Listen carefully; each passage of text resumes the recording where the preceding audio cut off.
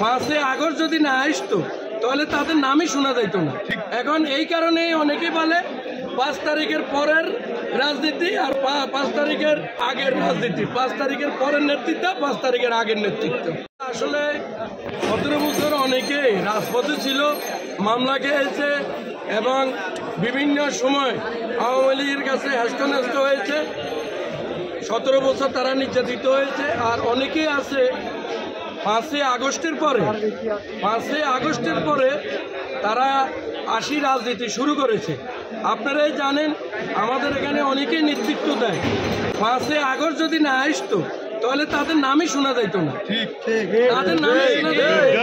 এখন এই কারণে অনেকেই বলে 5 তারিখের পরের রাজনীতি আর 5 তারিখের আগের রাজনীতি, 5 তারিখের পরের নেতৃত্ব, 5 তারিখের আগের নেতৃত্ব। তো এটা 5 তারিখের পরে কারা নেতৃত্বে আসছে, কারা নেতৃত্ব দেয়, এটা আপনারা সাংবাদিকরা আছেন এবং তৃণমূল এটা সব দেখে।